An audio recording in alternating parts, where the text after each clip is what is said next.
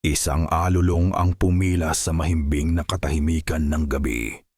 Hindi ito tili ng tao, pero hindi rin ungol ng hayop.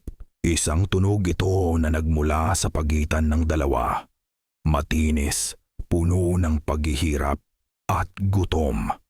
Umalingaw-ngaw ito mula sa direksyon ng niyugan, sinakop ang bawat sulok ng baryo Magdarame.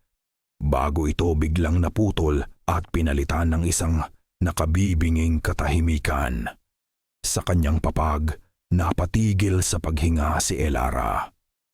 Naramdaman niya ang sabay-sabay na panlalamig ng kanyang batok at ang pagtindig ng lahat ng kanyang balahibo.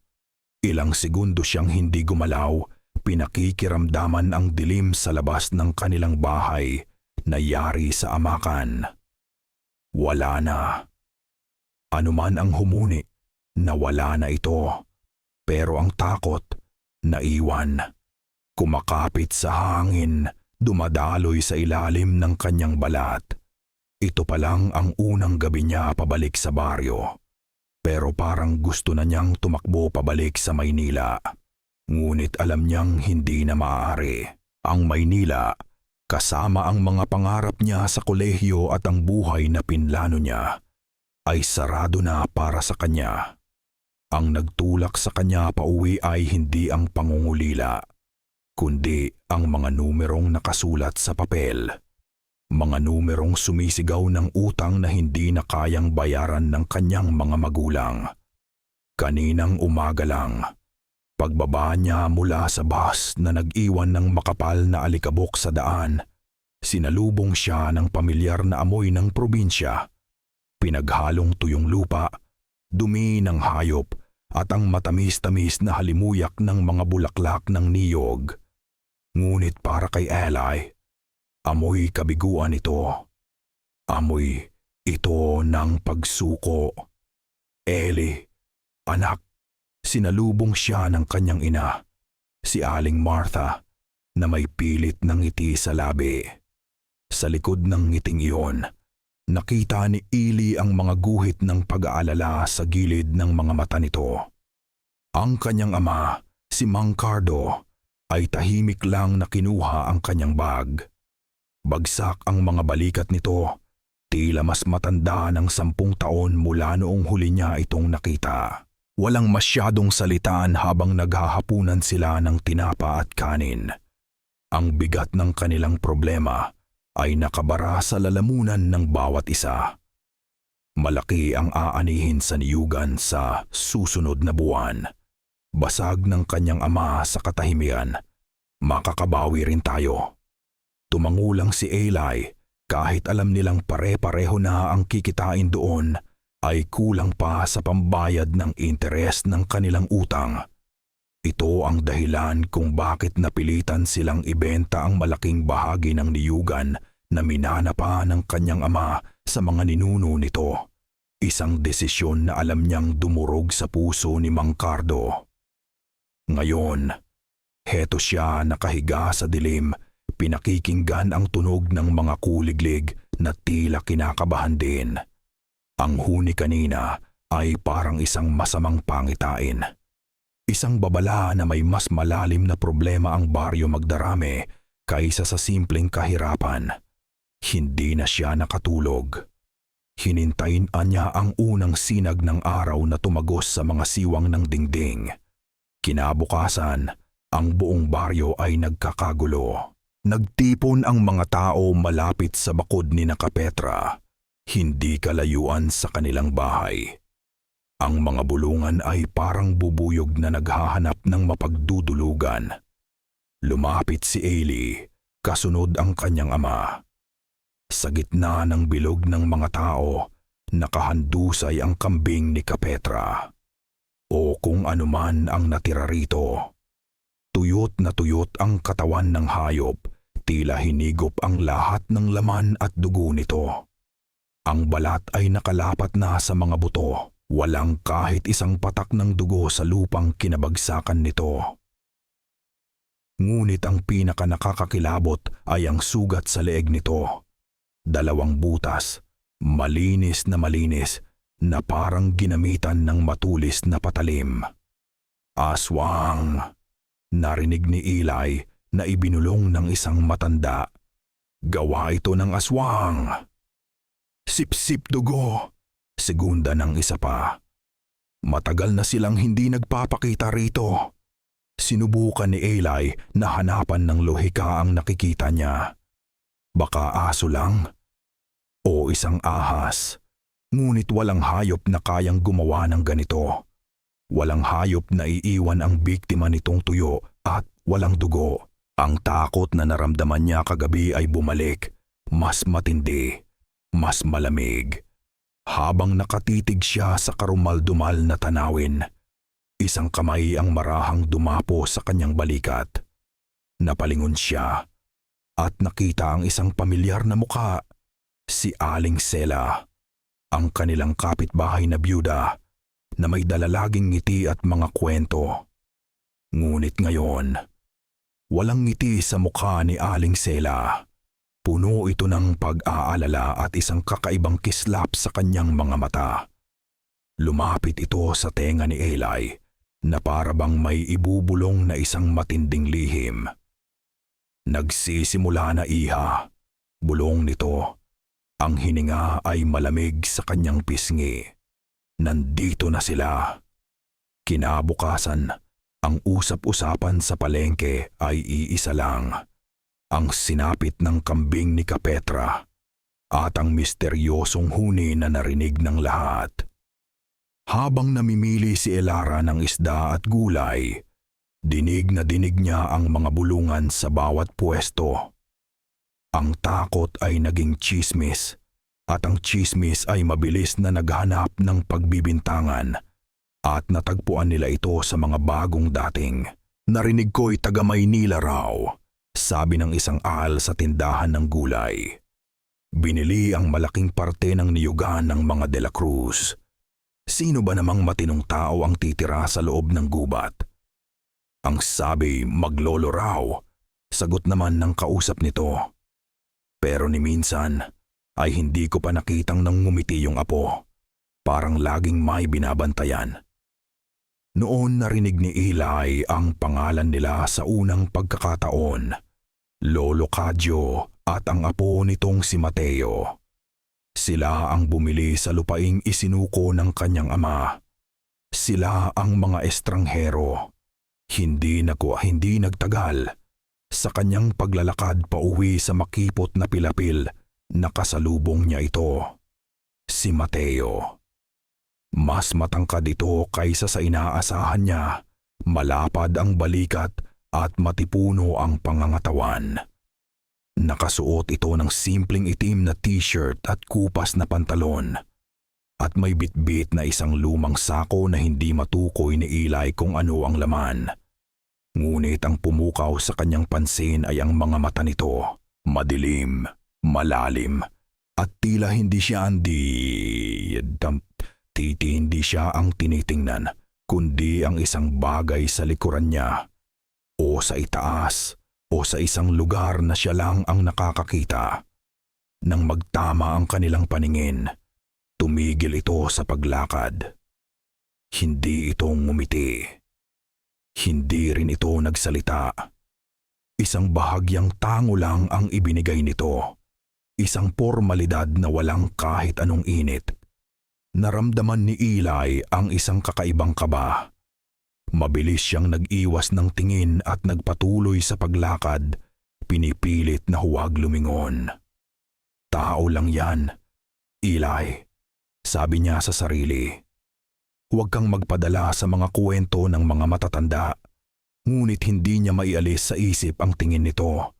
Malamig, mapanuri. Pagsapit ng hapon, dumaan si Aling Sela sa kanilang bahay. May dalang isang maliit na bayong ng mangga.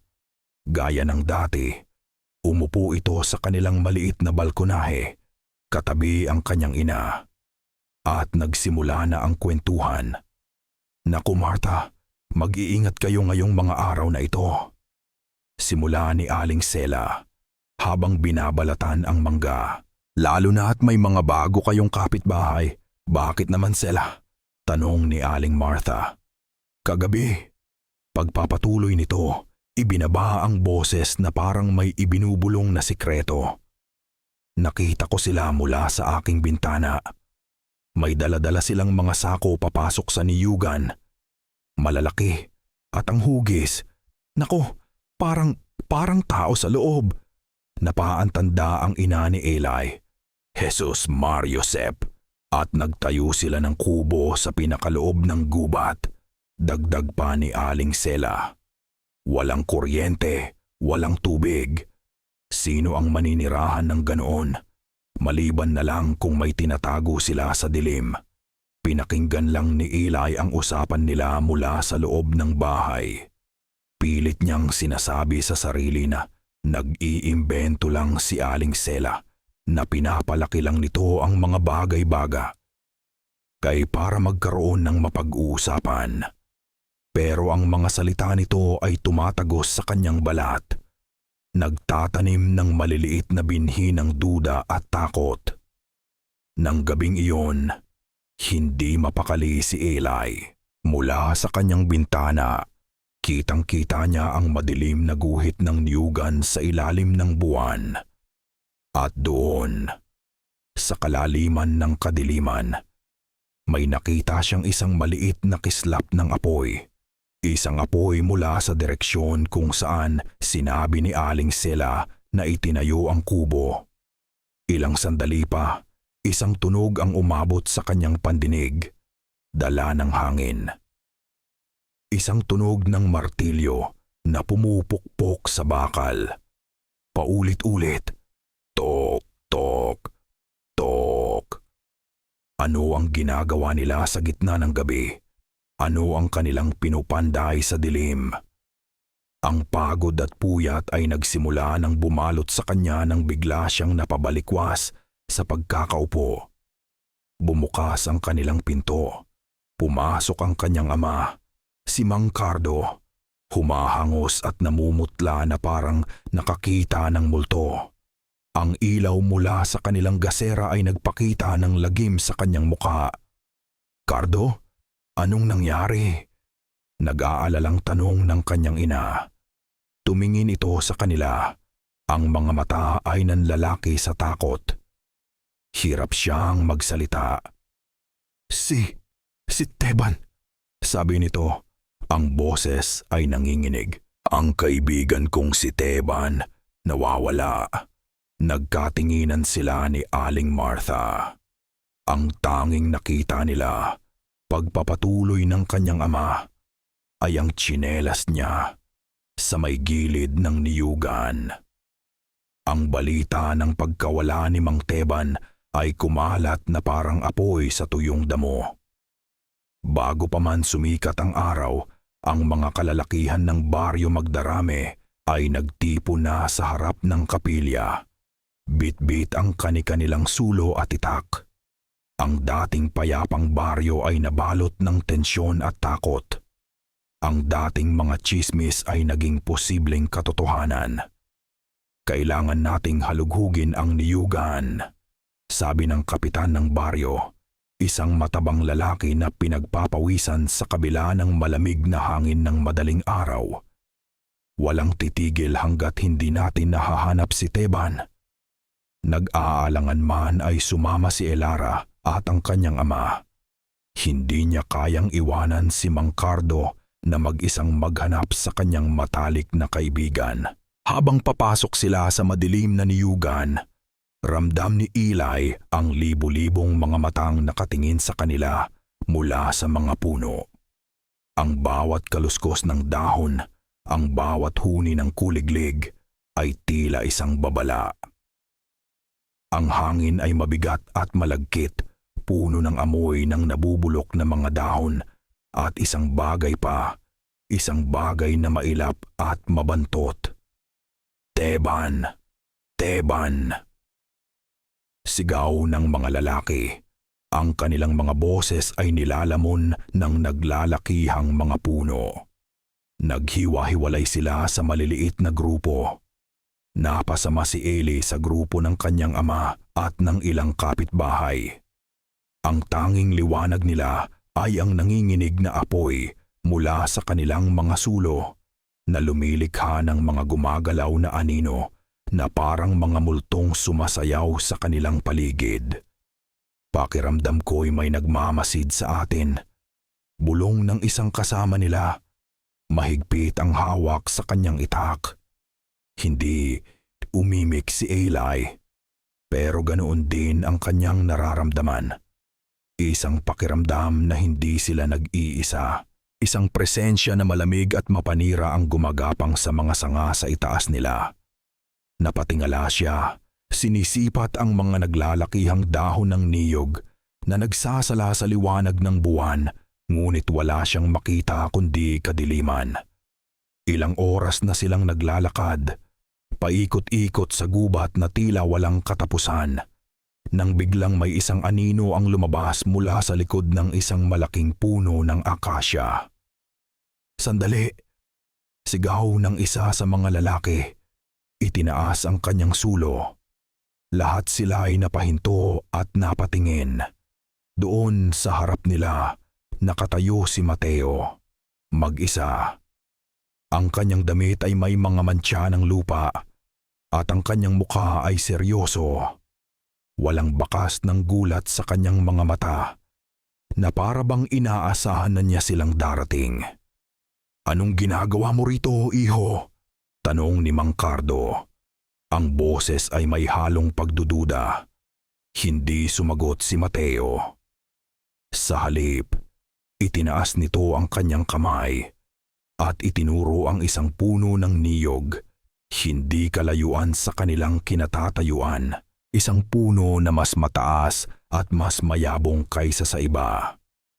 "Nandoon siya," sabi ni Mateo sa isang boses na walang emosyon, ngunit may bigat na nagpatigil sa lahat. Nag-aalangan man, sinundan nila ang direksyong itinuro nito. Habang papalapit sila, isang masangsang na amoy ng dugo at laman, ang sumalubong sa kanila. Itinaas ng kanyang ama ang sulo. Ang sumunod na nangyari ay mananatili sa alaala ni Elara habang buhay. Doon, nakabitin patiwarik sa isa sa pinakamatataas na sanga ang katawan ni Mang Teban.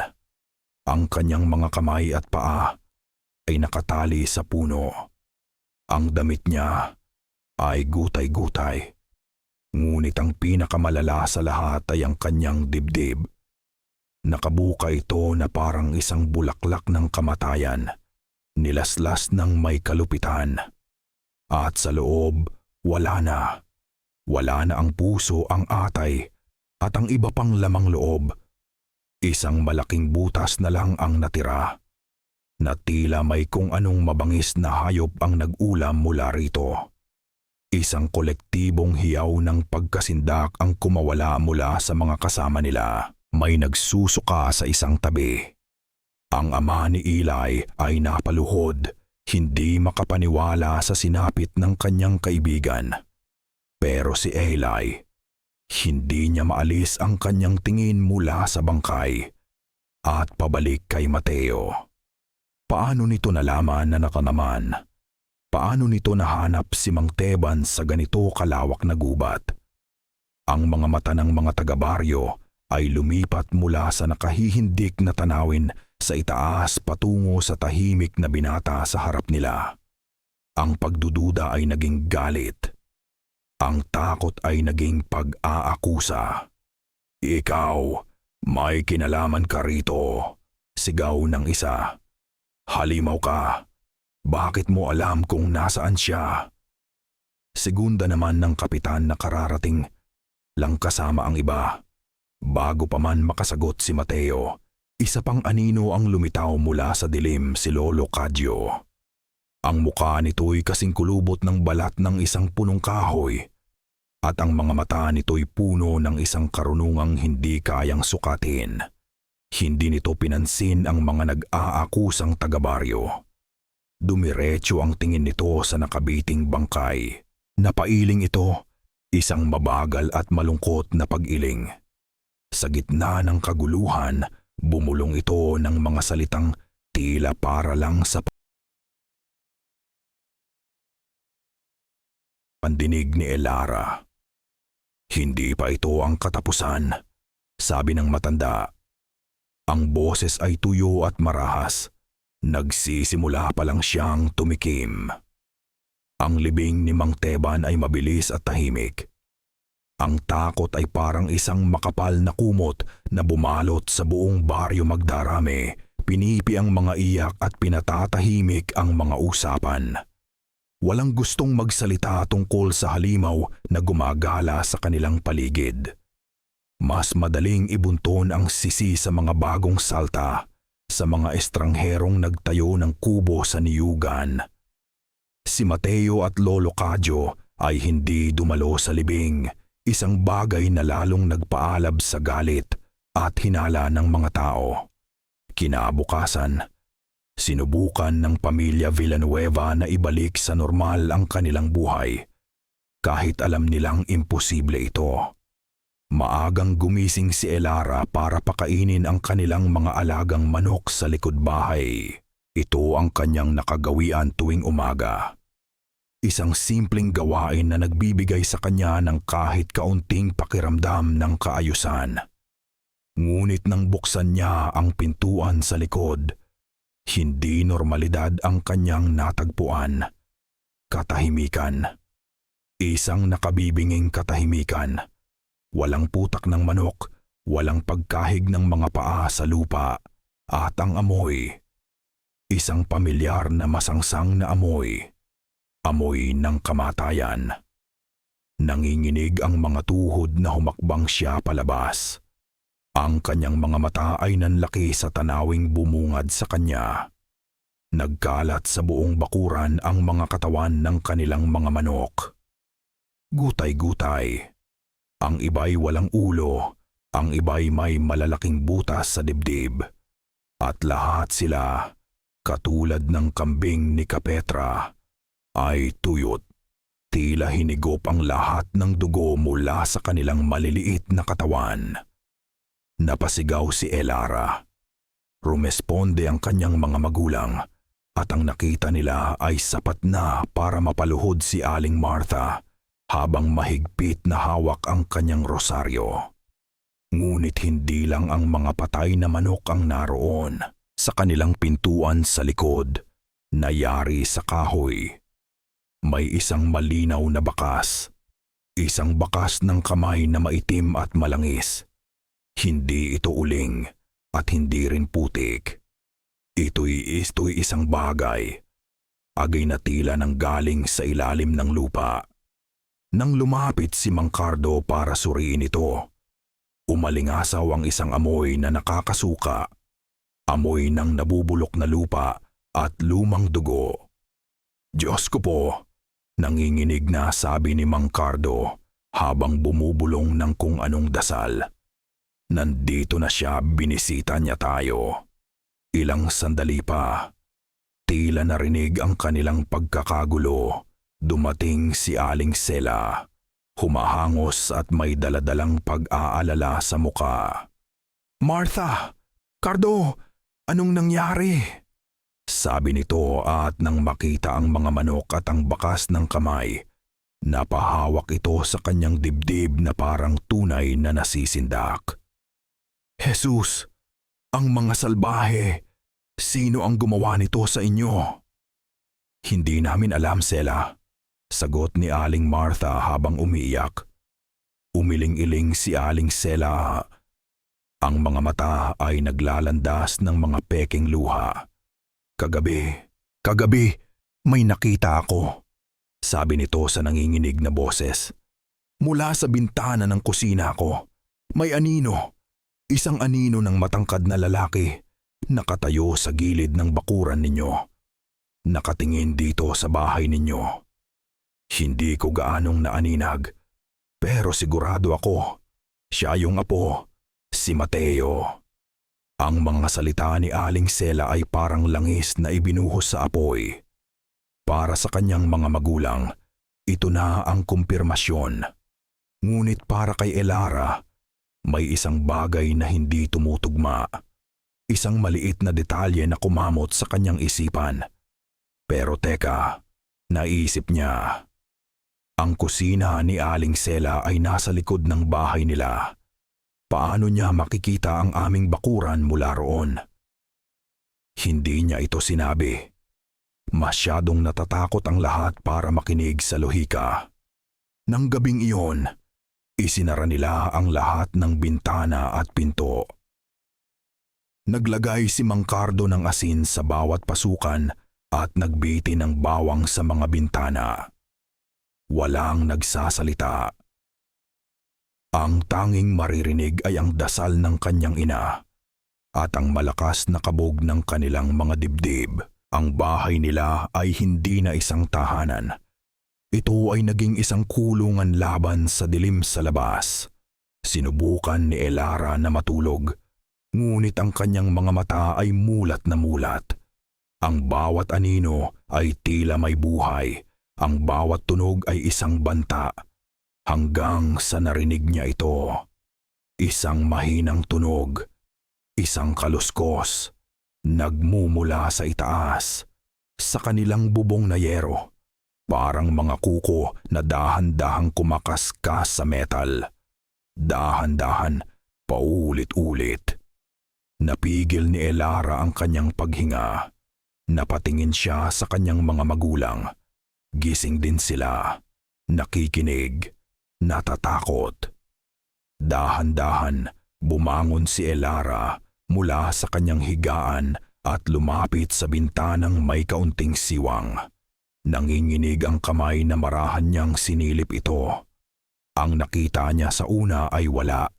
Kadiliman lang at ang mga sanga ng puno ng aratiles na malapit sa kanilang bahay. Ngunit nang masanay ang kanyang mga mata, nakita niya ito.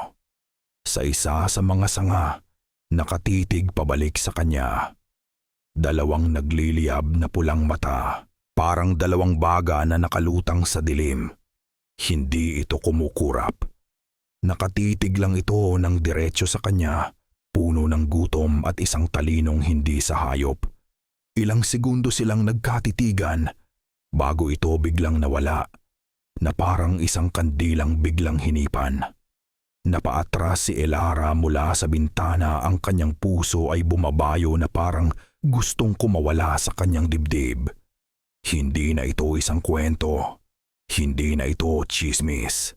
Totoo ito. At ngayon, kilala na siya nito. Kinabukasan, ang takot sa loob ng bahay ng mga Villanueva ay halos nasasalat na. Ang kanyang ama ay hindi pumasok sa bukid.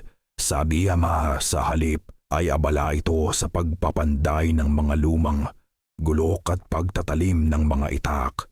Ang kanyang ina ay walang tigil sa pagdarasal.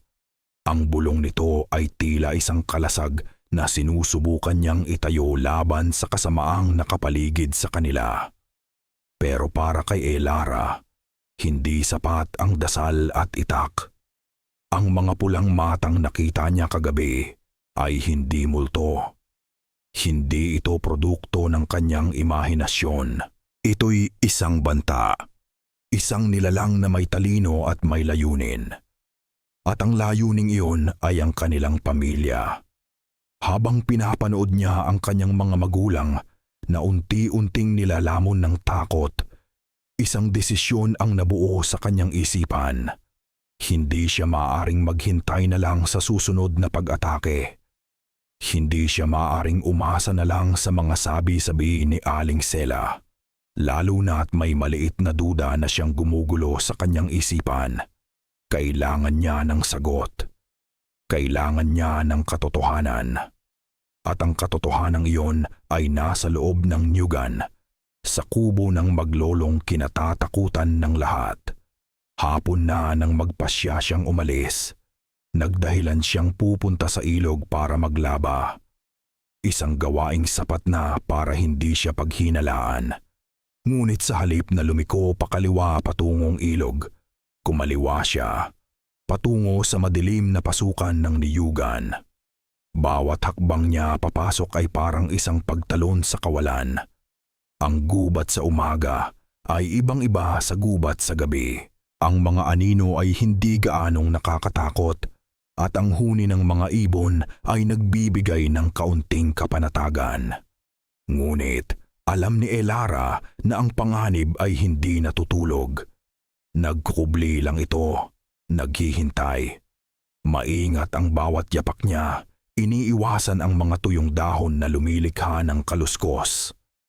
Ang kanyang puso ay dumadagundong sa kanyang dibdib, mas malakas pa kaysa sa mga tunog ng gubat. Sinundan niya ang isang maliit at halos hindi na makitang daanan, isang landas na halatang hindi madalas gamitin. Hindi nagtagal, naamoy niya ito. Ang amoy ng usok at pinainit na bakal, at narinig niya ang pamilyar na tunog ng martilyo. Tok, tok, tok. Mas malapit na siya. Dumapa siya sa likod ng isang malaking puno ng balete at maingat na sumilip. At naroon nga, ang kubo. Maliit lang ito, gawa sa pinagtagpi-tagping kawayan at dahon ng niyog. Sa gilid nito ay may isang improbisadong pandayan, kung saan abala si Mateo sa pagpupukpok ng isang piraso ng kumikinang na metal. Si Lolo Kadyo naman ay nakaupo sa isang tabi. Maingat na hinahasa ang isang bagay na mahaba at maputi. Nagmasid si Eli sa loob ng ilang minuto. Mukha silang abala. Ito na ang kanyang pagkakataon nang tumalikod si Mateo para ilubog ang bakal sa isang timba ng tubig. Mabilis ngunit tahimik na gumapang si Elara papunta sa likurang bahagi ng kubo kung saan walang bintana. Nakita niya ang isang maliit na siwang sa pagitan ng mga kawayan sa dingding. Sapat lang para makasilip siya sa loob. Ang kanyang nakita ay nagpatigil sa kanyang paghinga. Hindi ito isang ordinaryong tirahan. Walang maayos na tulugan o lutuan. Ang loob ng kubo ay parang pinaghalong laboratorio ng isang albularyo at lungga ng isang mangkukulam. Nakasabit sa mga dingding ang mga pinatuyong halaman at mga ugat ng kahoy na hindi niya kilala. May mga banga na puno ng may itim na langis at mga garapon na may lamang mga buto at insekto. Sa isang sulok nakalatag ang iba't ibang uri ng armas. Ngunit hindi ito mga ordinaryong itak. May isang balisong na ang puluhan ay gawa sa buto. May isang sibat na ang dulo ay hindi metal, kundi isang matulis na tinik na nanggaling sa buntot ng isang pagi. At sa isang maliit na mesa sa gitna, naroon ang pinakanakakagambalang bagay sa lahat. Isang makapal at lumang kwaderno. Nakabuklat ito. Mula sa kanyang kinatatayuan, naaninag ni Elara ang mga pahina nito. Puno ito ng mga drawing na ginamitan ng uling. Mga drawing ng mga nilalang na narinig lang niya sa mga kuwentong kutsero. Ang manananggal na may malalaking pakpak, ang kakapring, naninigarilyo sa itaas ng puno, ang tikbalang na may katawan ng to at ulo ng kabayo. At sa pahinang nakabuklat, may isang drawing na nagpatindig sa lahat ng kanyang balahibo. Isang nilalang na may katawan ng tao, mahahabang kuko, at malalaking pakpak ng uwak. Sa ilalim nito, nakasulat sa lumang Tagalog ang isang salita. Uwak-uwak. Ito na ang ebidensya. Tama si Aling Sela. Tama ang buong baryo. Ang maglolong ito ay hindi ordinaryong tao. Sila ay may kinalaman sa masasamang espiritu. Sila ang dahilan ng lahat. Bigla, narinig niya ang pagtigil ng pagpupukpok. Lolo, narinig niyang sabi ni Mateo. May naamoy akong dayo. Naniga si Elara sa kanyang kinatatayuan. Ang kanyang puso ay tila umakyat sa kanyang lalamunan. Narinig niya ang mga yabag na papalapit sa kubo. Kailangan na niyang umalis. Mabilis siyang tumalikod at walang ingay na tumakbo palayo. Hindi siya lumingon. Takbo lang siya ng takbo. Sinusuong ang mga halaman at sanga. Hindi alintana ang mga gasgas na natatamo niya. Ang tanging nasa isip niya ay ang makalayo, makabalik sa kanilang bahay at sabihin sa kanyang ama ang kanyang nakita. Sa kanyang pagmamadali, hindi niya namalayan ang pagkalag ng agpang sa kanyang buhok. Isang simpleng kawayang suklay na may inukit na bulaklak ng sampagwita, regalo ng kanyang ina. Nahagip ito ng isang baging nahulog at naiwan sa malambot na lupa sa labas lamang ng kubo. Isang maliit na piraso ng kanyang pagkatao, naiwan sa lungga ng kanyang mga pinaghihinalaan. Nakarating si Elara sa kanilang bahay na halos hindi makahinga. Ang kanyang damit ay puno ng putik at ang kanyang mga braso ay may mga galos. Ang kanyang isipan ay puno ng mga imahe mula sa kubo, ang mga armas, ang mga orasyon, ang drawing ng uwak-uwak. Ang duda ay naging katiyakan, ang takot ay naging puot. Itay, inay, sigaw niya pagkapasok. Tama sila. Tama po ang lahat. Sina Mateo ang may gawa ng lahat ng ito. Ikinuwento niya ang lahat ng kanyang nakita, bawat detalye. Habang nagsasalita siya, ang mukha ng kanyang mga magulang ay napuno ng matinding takot. Ang halimaw ay may pangalan na, may mukha na. Nang gabing iyon, ang kanilang paghahanda ay doble. Hindi na lang asin at bawang. Hinarangan na rin nila ng mga upuan at mesa ang mga pinto. Si Mang Cardo ay nagbabantay sa sala. Mahigpit ang hawak sa kanyang pinakamatulis na itak, habang si Aling Martha ay hindi bumibitiw sa kanyang rosaryo. Si Eli naman ay hindi mapakali.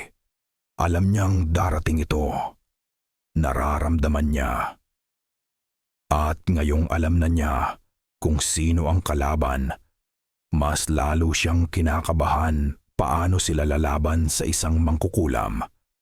Lumalim ang gabi. Ang tanging maririnig ay ang sarili nilang mga paghinga. Hanggang sa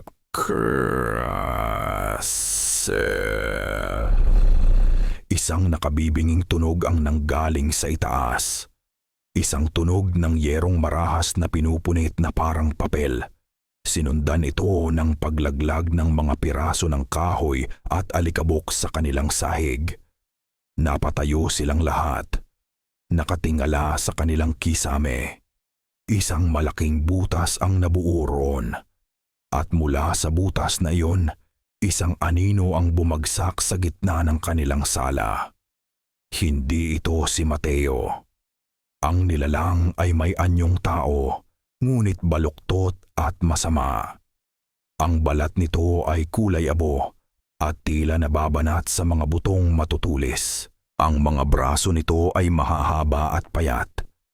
Nagtatapos sa mga kukong itim at matatalas na parang mga patalim. Ngunit ang pinakanakakatakot sa lahat ay ang likod nito, kung saan may dalawang dambuhalang pakpak, itim na itim tulad ng sauwak, ang dahan-dahang bumubuka.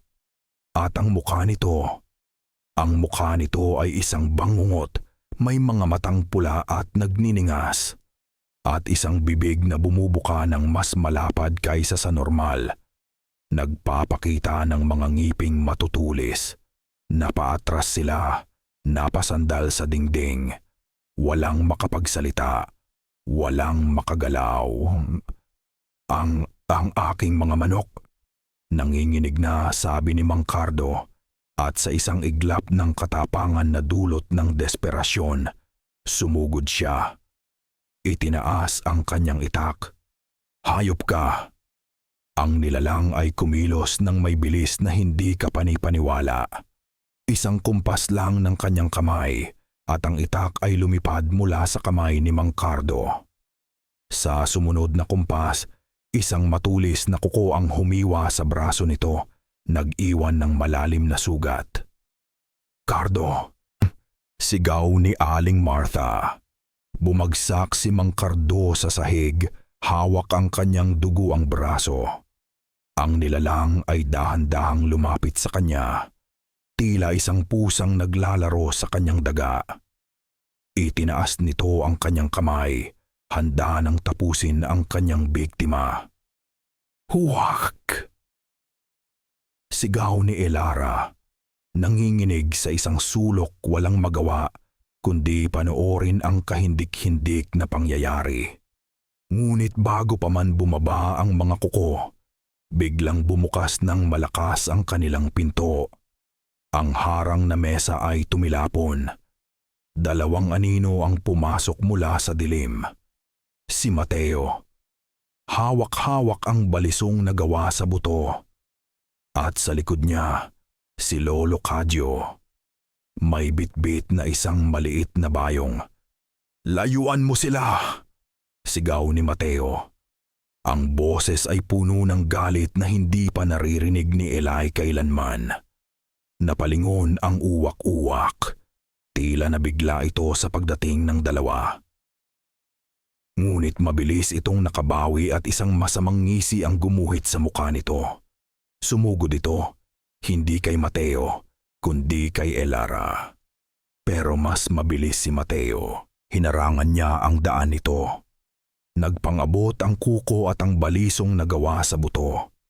Sa bawat pagtama, may lumalabas na mga kislap. Ang balisong ay tila nagliliwanag sa tuwing tatama ito sa balat ng aswang. "Ngayon na, Lolo!" sigaw ni Mateo, habang nahihirapang pigilan ang lakas ng halimaw. Mula sa kanyang bayong, dumukot si Lolo Cadyo ng isang dakok ng pulbos na kulay abo. Sa isang mabilis na galaw, inihagis niya ito sa mukha ng uwak-uwak. "Santissima Trinidad, Deus Ignite, Deus Poderoso!" sigaw ng matanda. "Ipagadya mo kami sa lahat ng tukso." Nang tumama ang pulbos, ang uwak-uwak ay umalulong sa sakit na parang napaso ng apoy. Napakawalan nito si Mateo at napaatras. Usok ang lumalabas mula sa balat nito kung saan dumikit ang pulbos. Hindi nito sinayang ang pagkakataon. Mabilis itong lumipad paitaas, palabas ng butas sa kanilang bubong at nawala sa kadiliman ng gabi. Ang natira ay katahimikan, ang amoy ng sinunog na laman, at ang nagkalat na gamit sa kanilang sala. Napatingin si Elara sa kanyang duguan ama, sa kanyang inang umiiyak, at sa 2 estrangherong kararating lang. Si Mateo ay humahangos, may mga galos din sa braso. Dahan-dahan itong lumapit sa kanya. Ang mga mata nito ay hindi na malamig, kundi puno ng pag-aalala. May kinuha ito mula sa kanyang bulsa. Isang bagay na pamilyar. Ang kanyang kawayang suklay. "Hindi ka dapat pumunta roon," sabi ni Mateo. Ang boses ay mahina ngunit may diin. "Ngayon, alam na niyang ikaw ang mahalaga sa akin. Ngayon, alam na niyang ikaw ang kahinaan ko. Hindi. Ngayon." Pagpapatuloy nito, alam na niyang may dahilan na ako para manatili. At alam na niyang ikaw ang dahilan kung bakit hindi ako titigil hanggat hindi siya nababagsak. Itinaas nito ang suklay. Ngayon, alam na niyang kilala mo na siya. At sa huling pangungusap, ang boses ni Mateo ay puno ng isang nakakakilabot na katiyakan. Nalaman na niya na alam mo nang siya si Aling Sela. Teka, mali. Parang mali ang huling linya. Hindi ito ang napag-usapan.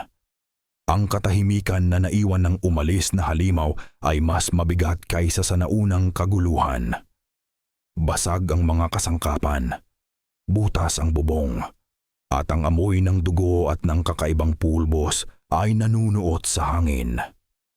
Lumapit si Lolo Cadyo sa nakahandusay na ama ni Elara.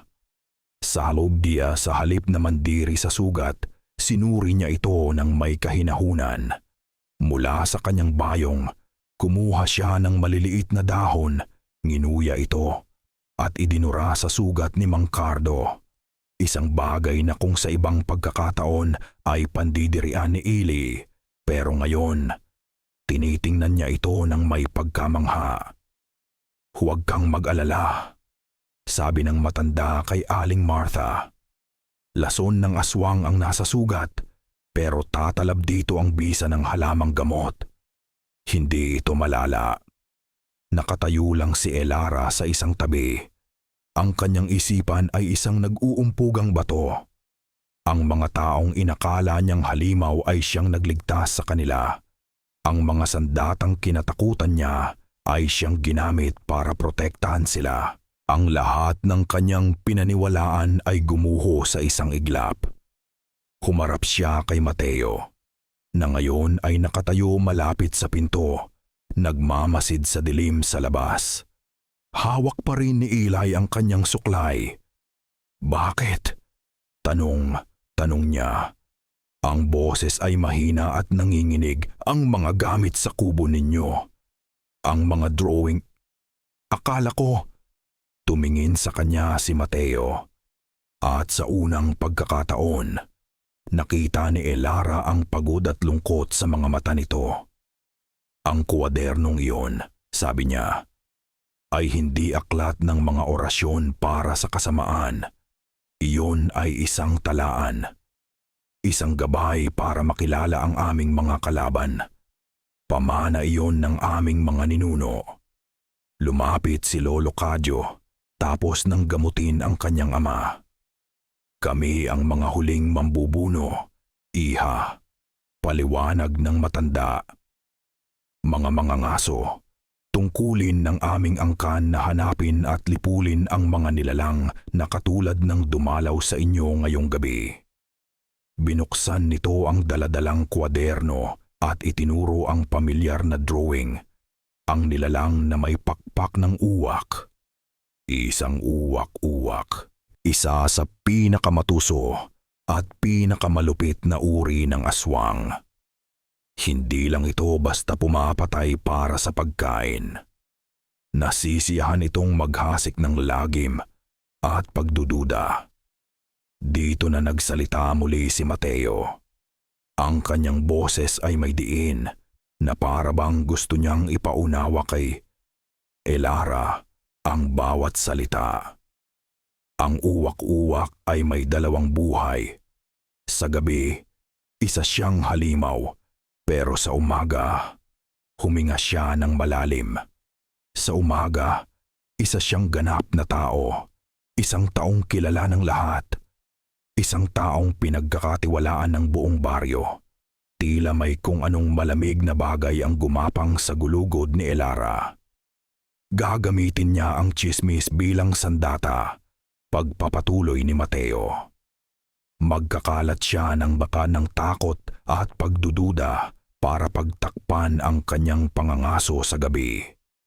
Ituturo niya ang sisi sa iba, sa mga dayo, sa mga estranghero, para mailayo ang hinala sa kanyang sarili.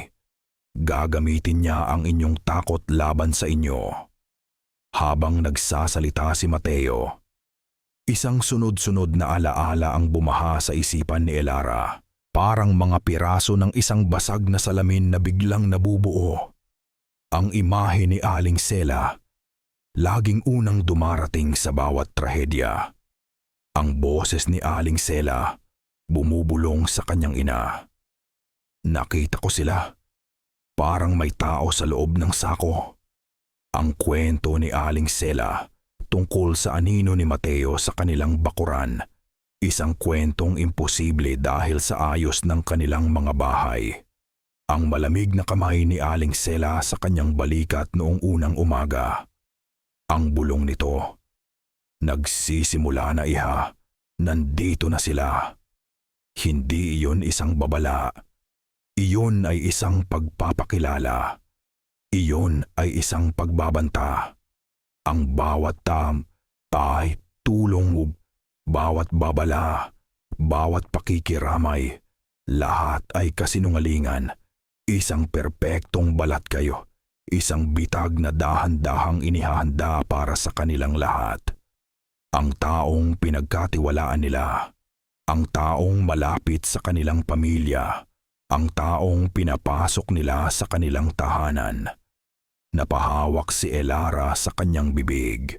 Ang katotohanan ay isang suntok sa kanyang sikmura. Nagpapaalis ng lahat ng hangin sa kanyang baga. Ang totoong halimaw ay hindi nagtatago sa dilim ng niyugan. Nakatira ito sa kabilang bahay, kumakatok sa kanilang pinto tuwing umaga, at nakikipagkwentuhan sa kanyang ina habang umiinom ng kape. Tumingin siya kay Mateo. Ang kanyang mga mata ay nanlalaki sa realisasyon at purong lagim.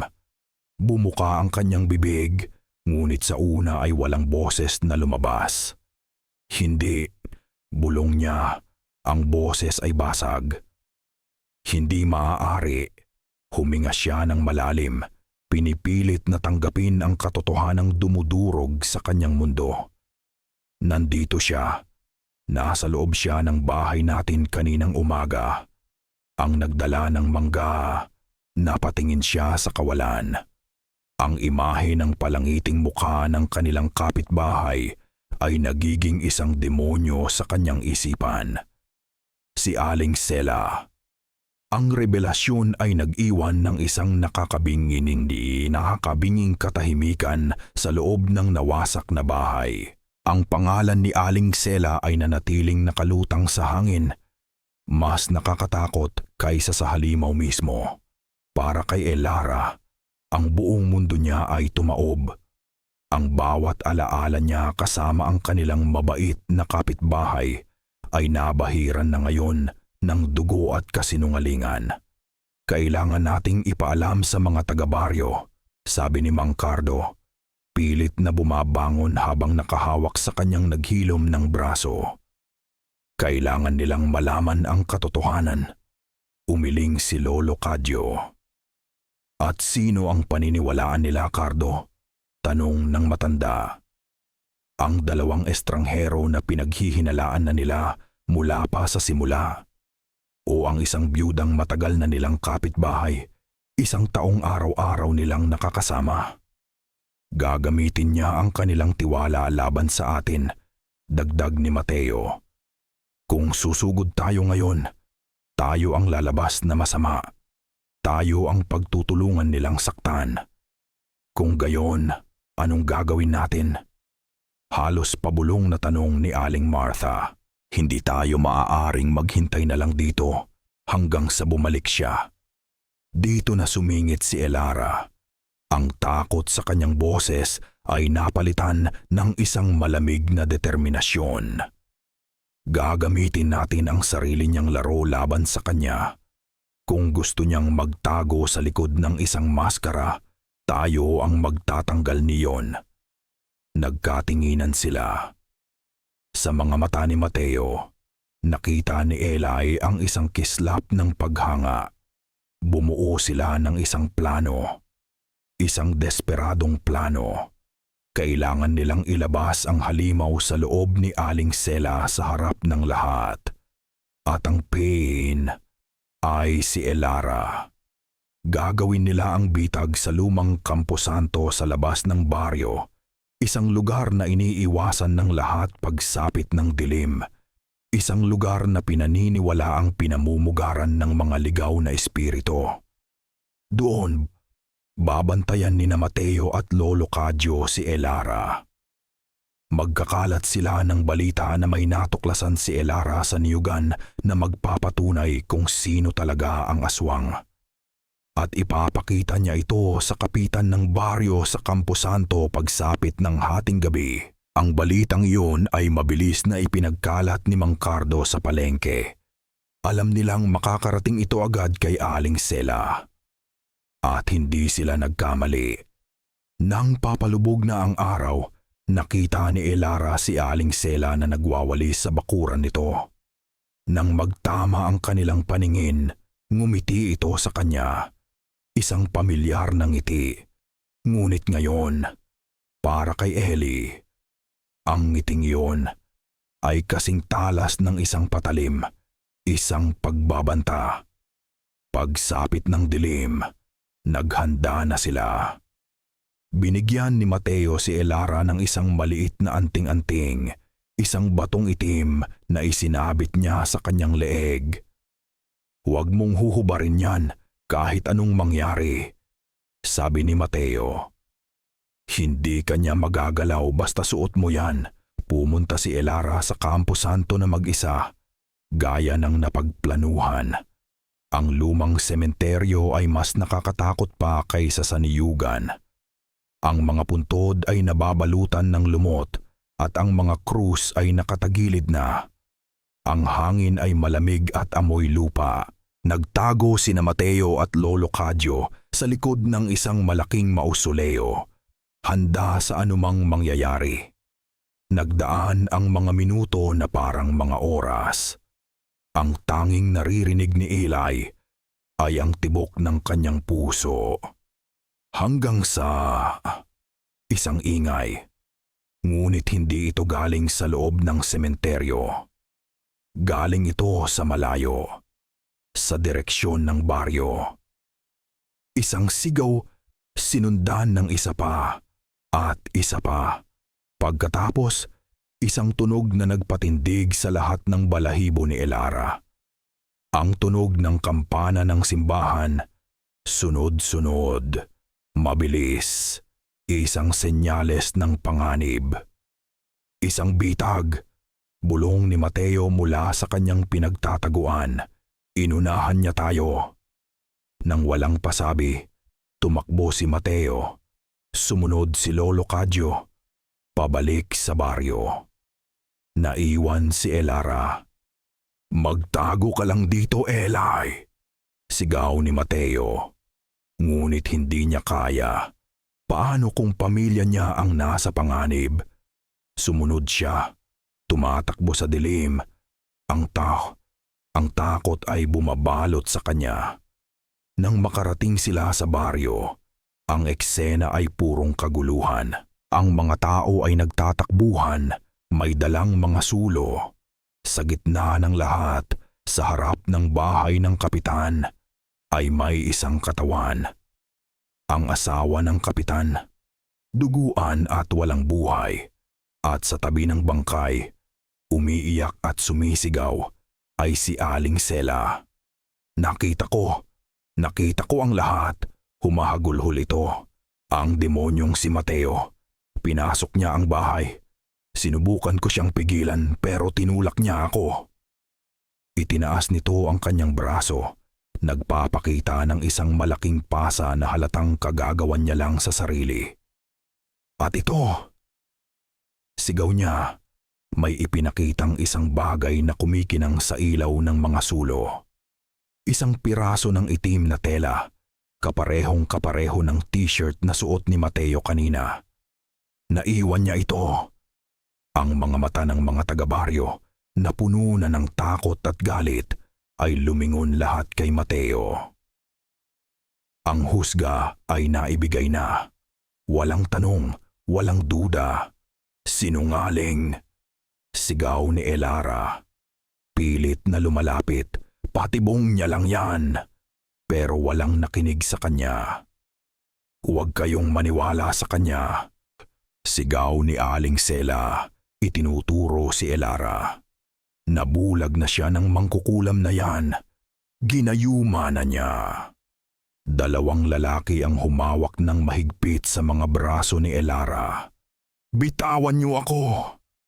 Nagpupumiglas siya, pero wala siyang magawa. "Sugurin ang mga demonyo!"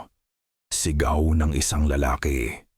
Ang mga taga-baryo, na dati kanyang mga kapitbahay at kaibigan, ay naging isang dambuhalang halimaw na may iisang isipan. Dala ang kanilang mga sulo at itak, sumugod sila papunta kay Mateo at Lolo Cadyo. "Mateo, Lolo Cadyo, tumakbo na kayo!" Sigaw ni Elara. Ang boses niya ay basag na sa pag-iyak at desperasyon. Si Lolo Cadyo at Mateo ay napaatras, papunta sa direksyon ng madilim na niyugan. Wala silang laban sa galit ng buong baryo. Naiwan si Elara, hawak ng mga lalaki. Habang pinapanood ang 2 taong nagligtas sa kanya na ngayon ay tinutugis na parang mga hayop. Sa gitna ng kaguluhan, nakita niya si Aling Sela. Nakatayo ito, hindi na umiiyak. Nakatingin ito ng diretso sa kanya. At sa ilalim ng nanginginig na liwanag ng mga sulo, isang demonyong ngiti ang dahan-dahang gumuhit sa mga labi nito. Ito ang kahulugan ng kawalan ng pag-asa. Lahat ay nawala. Ang galit ng mga taga-baryo ay parang isang rumaragasang ilog na sumisira sa anumang madaanan nito. Hawak pa rin ng 2 lalaki. Walang magawa si Elara kundi panoorin ang pagtugis. Dinala ng mga tao ang kanilang puot sa loob ng niyugan. Ang kanilang mga sigaw ay umaling-aungaw sa pagitan ng mga puno. Hinahanap ang mga taong inakala nilang mga halimaw. Sa gitna ng kaguluhan, tinapik ni Aling Sela ang balikat ng isa sa mga lalaking may hawak kay Elara. "Ako na ang bahala sa kanya, Mang Berto," sabi nito sa isang boses na puno ng pekeng awa. "Kailangan ninyo ng tulong sa paghahanap." Nag-aalangan man, binitawan ng lalaki si Elara. Ngayon, silang 2 na lang ni Aling Sela ang natira sa liwanag ng isang sulo. Ang nangngiti sa mukha ni Aling Sela ay nawala na. Pinalitan ng isang malamig at mapanuyang tingin. "Kawawang bata," sabi nito. "Akala mo ba talaga kaya mo akong talunin? Ang baryong ito ay nasa palad ko. Bawat takot nila, bawat hinala, ako ang nagtanim. At ikaw, isa ka lang na lantang bulaklak na pinitas mula sa Maynila." Isang malamig na kaba ang gumapang kay Elara. Pero kasabay nito, isang apoy ang nagsimulang mag-alab sa kanyang dibdib. "Bakit, Aling Sela?" tanong niya. Ang boses ay nanginginig sa pinaghalong takot at galit. "Bakit mo ginagawa ito sa amin? Sa amin na tinuring kang pamilya?" Tumawa si Aling Sela, isang tawang tuyo at walang buhay. "Pamilya? Ang pamilya mo ang dahilan kung bakit ako nagkaganito. Ang lolo mo, ang ama mo, sila ang nagbaon sa amin sa utang at kahihiyan." Ang mukha nitong dating mukhang maamo ay unti-unting nagiging maskara ng puot. "Ang lakas na meron ako ngayon, ito ang bayad sa lahat ng iyon. At masarap maningil, lalo na sa mga may utang." Bago pa man makagawa ng kahit ano si Elara, isang malakas na sampal ang dumapo sa kanyang pisngi, sapat para matumba siya sa lupa. "Huwag kang mag-alala," sabi ni Aling Sela. "Yumuyo ko, hindi pa kita papatayin. Gusto kong panoorin mo muna kung paano ko pagpipira-pirasuhin ang mambubuno mo. At pagkatapos, ang pamilya mo ang isusunod ko." Tumalikod ito at nagsimulang maglakad papasok ng niyugan. Naiwang nakahandusay sa lupa, naramdaman ni Elara ang mainit na luha na dumadaloy sa kanyang pisngi. Ngunit hindi ito luha ng pagkatalo. Ito ay luha ng galit. Hinawakan niya ang anting-anting sa kanyang leeg. Ang malamig na bato ay tila nagbibigay sa kanya ng lakas. Tumayo siya. Kailangan niyang gawin ang isang bagay. Hindi para sa sarili niya, kundi para kay Mateo, para kay Lolo Cadyo, at para sa mga taong nabubulagan ng kasinungalingan. Tumakbo siya. Hindi papunta sa kanilang bahay, kundi papasok din sa niyugan, sa ibang direksyon. Kailangan niyang maunahan ang mga taga-baryo. Kailangan niyang mahanap si Mateo. Ang gubat ay isang labirinto ng mga anino. Pero ang mga sigaw ng mga humahabol ay nagsilbing gabay niya. Sinundan niya ang mga ito, nananatili sa dilim. Hindi nagtagal. Natanaw niya sila. Na-corner nila si Mateo at Lolo Cadyo sa isang maliit na sapa. Nakatalikod ang maglolo sa malalaking bato habang ang mga taga-baryo ay dahan-dahang lumalapit. Ang kanilang mga itak ay kumikinang sa liwanag ng mga sulo. "Sumuko na kayo mga demonyo!" sigaw ng kapitan. Nakita ni Elara si Aling Sela na nakatayo sa likuran ng mga tao. Pinapanood ang lahat ng may kasiyahan. Walang ibang paraan. Huminga ng malalim si Elara at lumabas mula sa kanyang pinagtataguan. "Tigil!" Ang sigaw niya ay pumuno sa hangin. Lahat ay napalingon sa kanya. Ang kanilang mga muka ay puno ng gulat at galit. "Ellie, anong ginagawa mo?" Sigaw ng kanyang ama. Nakasama rin pala sa grupo. "Huwag kayong maniwala sa kanya." Sigaw ni Elara. Itinuturo ang babaeng nasa likuran. "Siya ang halimaw, si Aling Sela." Isang tawanan ang narinig mula sa mga tao. "Nasisiraan na ng bait ang batang to." "Patunayan mo," hamon ng kapitan. Dito na ginamit ni Elara ang kanyang huling sandata. Ang mga kasinungalingan mismo ni Aling Sela. Tumingin siya sa kapitan. "Kapitan, paano namatay ang asawa ninyo? Saan siya sinaksak?" Nagulat ang kapitan sa tanong. Sa dibdib. Nakita ng lahat." "Mali!" sigaw ni Elara. Tumingin siya kay Aling Sela. "Hindi ba't sabi ninyo kanina, Aling Sela, na nakita ninyo si Mateo na sinaksak siya sa leeg?" Nagbago ang ekspresyon ni Aling Sela. Ang ibig kong sabihin, at ikaw Mang Berto," pagpapatuloy ni Elara, bumaling sa isa pang lalaki. "Hindi ba't sinabi sa iyo ni Aling Sela na ang kambing ni Kapetra ay kinain ng puso? Pero tuyo ang kambing, hindi ba? Walang dugo, walang nawawalang laman. Hinigop, hindi kinain." Isa-isang binalikan ni Elara ang lahat ng tsismis, lahat ng kwento ni Aling Sela, at ipinakita ang mga butas at kontradiksyon dito. Ang mga kwentong pinaniwalaan ng lahat ay unti-unting gumuho.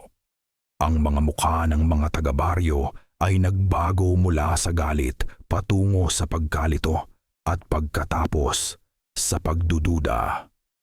Lumingon sila mula kay Elara patungo kay Aling Sela. "Paano mo nalaman ang lahat ng yan, Sela?" tanong ng isang matanda. "Paano mo nalaman ang mga detalyeng ikaw lang ang dapat makaalam? Maliban na lang kung ikaw mismo ang nandoon." Na-corner na si Aling Sela. Wala na siyang lusot. Ang kanyang bitag na gawa sa kasinungalingan ay bumaliktad laban sa kanya. Ang mga mata ng mga taong dati sunod-sunuran sa kanya ay puno na ngayon ng hinala. Ang maskara ng pagiging isang kaawa-awang byuda ay nagsimulang mag-crack. Ang kanyang mukha ay napuuno ng isang puot na hindi pa nakikita ni Elara kailanman. "Walang hiya kang bata ka," bumulong ito. Ang boses ay hindi na boses ng tao, kundi isang ungol na galing sa lalamunan. Ang kanyang mga kuko ay nagsimulang humaba, kumukurbang parang mga karit. "Dapat pala, ang pamilya mo na ang inuna ko." Ang pag-amin ni Aling Sela ay parang isang kulog na yumanig sa buong niyugan. Ang mga taga-baryo ay napaatras, isang kolektibong buntong hininga ng pagkasindak. Ang kumawala mula sa kanila, ang kapitbahay nila, ang kaibigan, ang tagapagdala ng balita ay isang halimaw pala na nagtatago sa liwanag at sa harap ng kanilang mga mata. Nagsimula ang pagbabagong anyo. Ang balat ni Aling Sela ay umitim at nangulubot na parang papel na sinusunog. Ang kanyang mga buto ay tumunog ng malakas habang ang mga ito'y nababali at muling nabubuo sa isang bagong anyo na karumal-dumal. Ang kanyang likod ay nabiyak at mula roon. Dalawang malalaki at madungis na pakpak ng uwak ang pumilas palabas, puno ng mga gusot na balahibo at ugat. Ang kanyang muka ay humaba. Ang kanyang bibig ay pumunit hanggang sa tapat ng kanyang mga tainga. At ang kanyang mga mata ay naging dalawang pulang baga na nag-aapoy sa galit. Ang babaeng kilala nila ay nawala na. Ang nakatayo sa harap nila ngayon ay ang uwak-uwak sa kanyang tunay at nakasusuklam na anyo. Isang nakabibinging alulong ang pinakawalan nito. Isang tunog na puno ng puot at gutom. Ang mga taga-baryo, na kanina lang ay matatapang na mandirigma, ay nagpanik. May mga tumakbo palayo, may mga natumba sa takot, at may mga nanatiling nakatayo, hindi makagalaw sa purong lagim. "Labanan ninyo!" Sigaw ni Lolo Cadyo, na ngayon ay tumatakbo na palapit, hawak ang kanyang sibat na gawa sa buntot pagi. "Huwag ninyong hayaang lamunin kayo ng takot." Sumugod ang uwak-uwak, hindi kay Mateo o Elara, kundi sa mga nagtatakbuhang taga-baryo. Ito ang kanyang laro, ang maghasik ng kaguluhan. Dinagit nito ang isa sa mga lalaki. Itinaas sa ere na parang isang basahan at ibinato sa mga puno. Dito na natauhan ang ilan sa kanila. Ang ama ni Elara, si Mang Cardo, sa habang medipay na Cardo, kasama ang kapitan at ilan pang matatapang na magsasaka, ay sumigaw at sumugod dala ang kanilang mga itak. Hindi na ito tungkol kay Mateo. Tungkol na ito sa kanilang kaligtasan. Naging isang larangan ng digmaan ang sapa. Ang tunog ng nag-uumpugang bakal at kuko. Ang mga sigaw ng tao at ang alulong ng halimaw ay naghalo-halo sa hangin. Lumaban ng buong tapang ang mga taga-baryo. Ngunit ang lakas ng uwak-uwak ay hindi pangkaraniwan. Bawat pagkampay ng pakpak nito ay nagpapalipad sa kanila. Bawat kalmot ng kuko nito ay nag-iiwan ng malalalim na sugat. "Eli, ang apoy!" Sigaw ni Mateo habang nakikipagbuno siya sa halimaw. Mahina siya sa apoy. Naaalala ni Elara ang mga sulo na naiwan ng mga nagtakbuhang taga-baryo. Mabilis siyang dumampot ng isa. Sa kabilang banda, si Lolo Cadyo ay bumibigkas ng mga orasyon habang iniiwasan ang mga atake ng aswang. Nakita niya ang isang pagkakataon. Habang abala ang uwak-uwak kay Mateo, sumugod ang matanda at sinaksak nito ang binti ng halimaw gamit ang sibat. Ah! Umalulong ang uwak-uwak at bumaling sa matanda. Sa isang mabilis na kilos, hinagip nito ng kanyang pakpak si Lolo Cadyo. Tumama ito ng malakas sa mga bato. "Lolo!" sigaw ni Mateo. Ngunit ang ginawa ng matanda ay sapat na. Ang ilang segundong iyon ay nagbigay ng pagkakataon kay Elara. Dala ang nagniningas na sulo. Sumugod siya mula sa gilid. "Para sa lahat ng nilinlang mo," sigaw niya, at ibinagsak ang apoy sa pakpak ng uwak-uwak. Ang mga balahibo ay agad na nagliyab. Isang nakakasukang amoy ng sinunog na laman ang kumalat sa hangin. Ang halimaw ay umalulong sa sakit, iwinawasiwas ang nasusunog nitong pakpak. Ito na ang pagkakataong hinihintay ni Mateo. Habang nagkakagulo ang halimaw dahil sa apoy, mabilis na tumakbo si Mateo sa likuran nito, tumalon sa isang bato para magkaroon ng altura.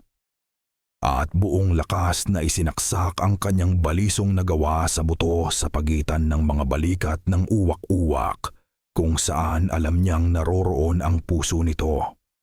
Isang mahabang, matining na tili ang pinakawalan ng halimaw. Ang pulang ilaw sa mga mata nito ay dahan-dahang nawala. Ang katawan nito ay nanginig ng malakas bago ito bumagsak ng walang buhay sa mababaw na tubig ng sapa. Katahimikan. Dahan-dahan, ang katawan ng uwak-uwak ay umimpis at nagbago.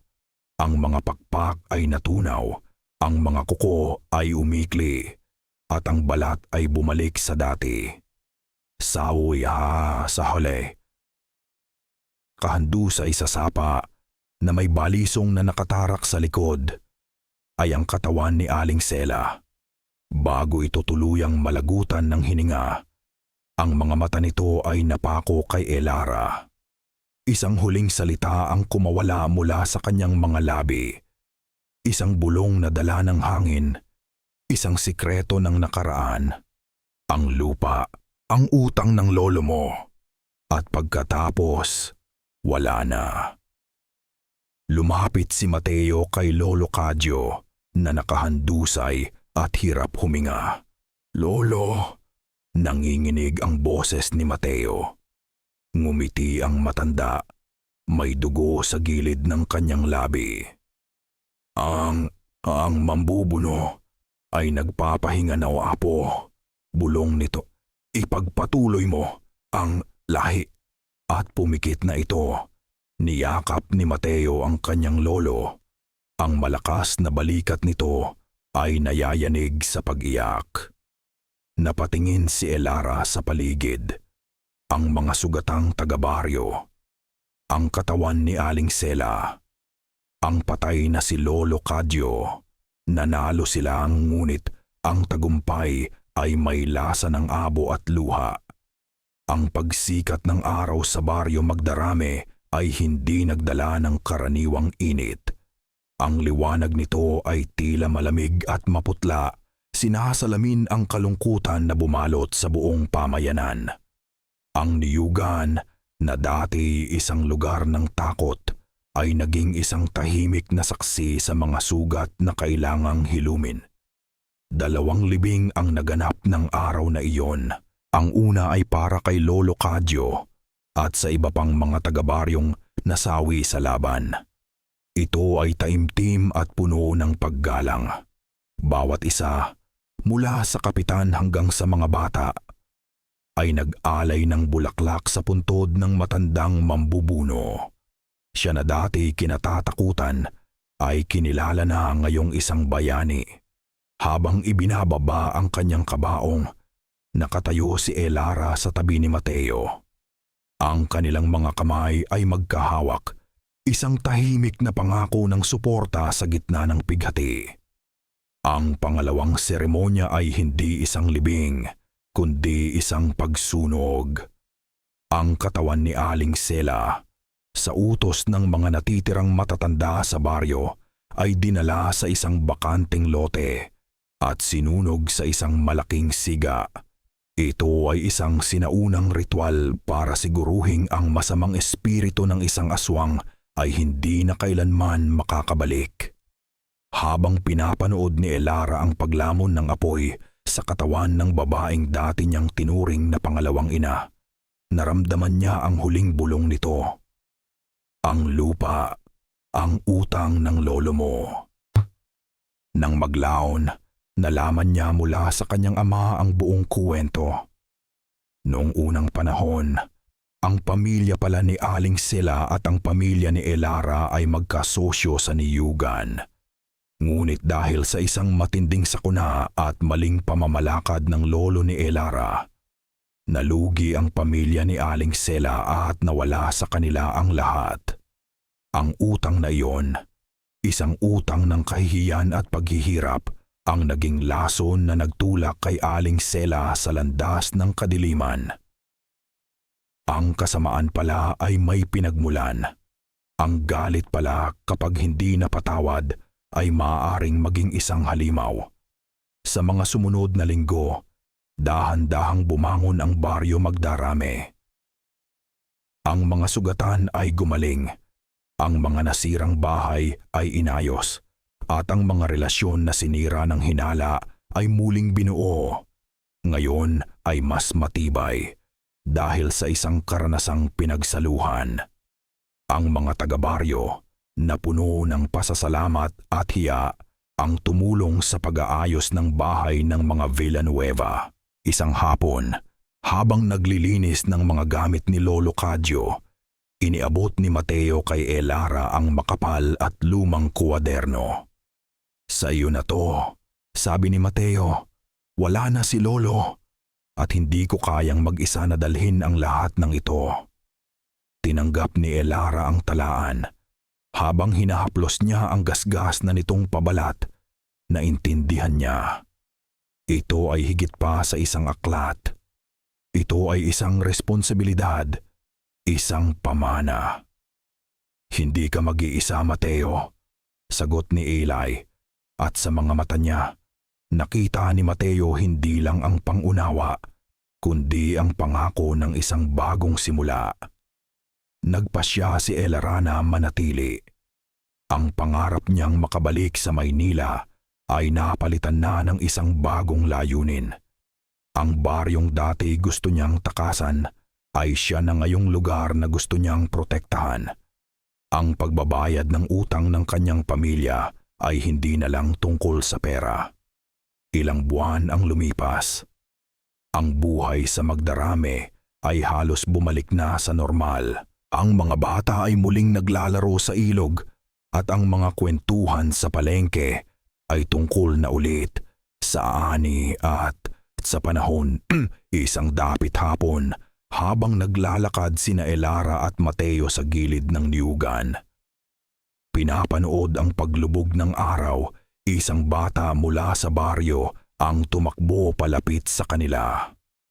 "Ate Ellie, Kuya Mateo, tingnan niyo po ang nahanap ko," sabi ng bata.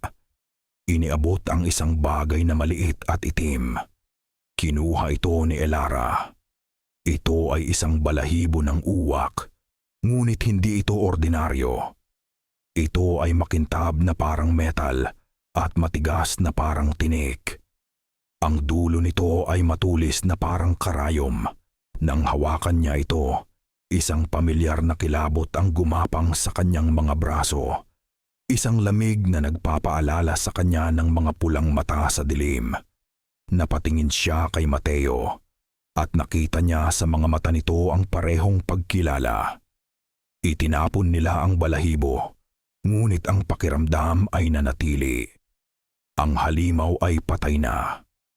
Ang katawan nito ay naging abo na, ngunit ang kasamaan ay parang mga binhi na dala ng hangin.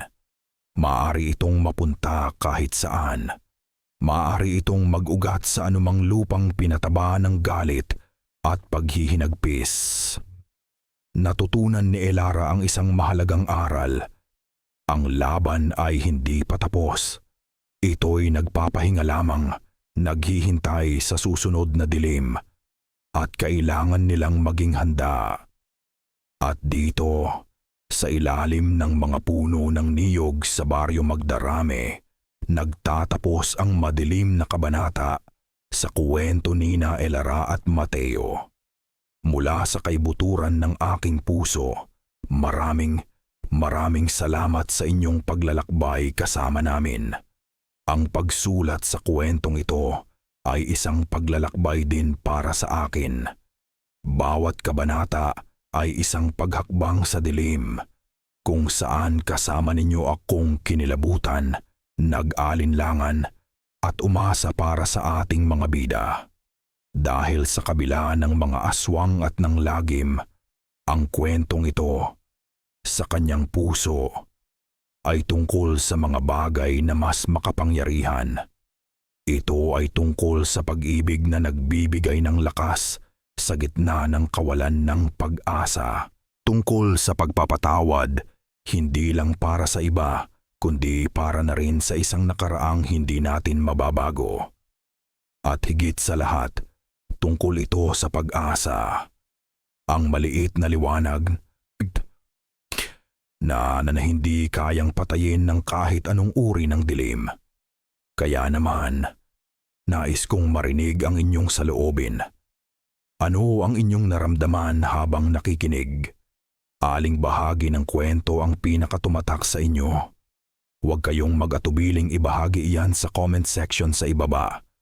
Hanggang sa muli nating pagkikita sa susunod na kwentong aswang. Ako ang inyong manunulat at tagapagkwento. Maraming salamat at mag-ingat po kayong lagi.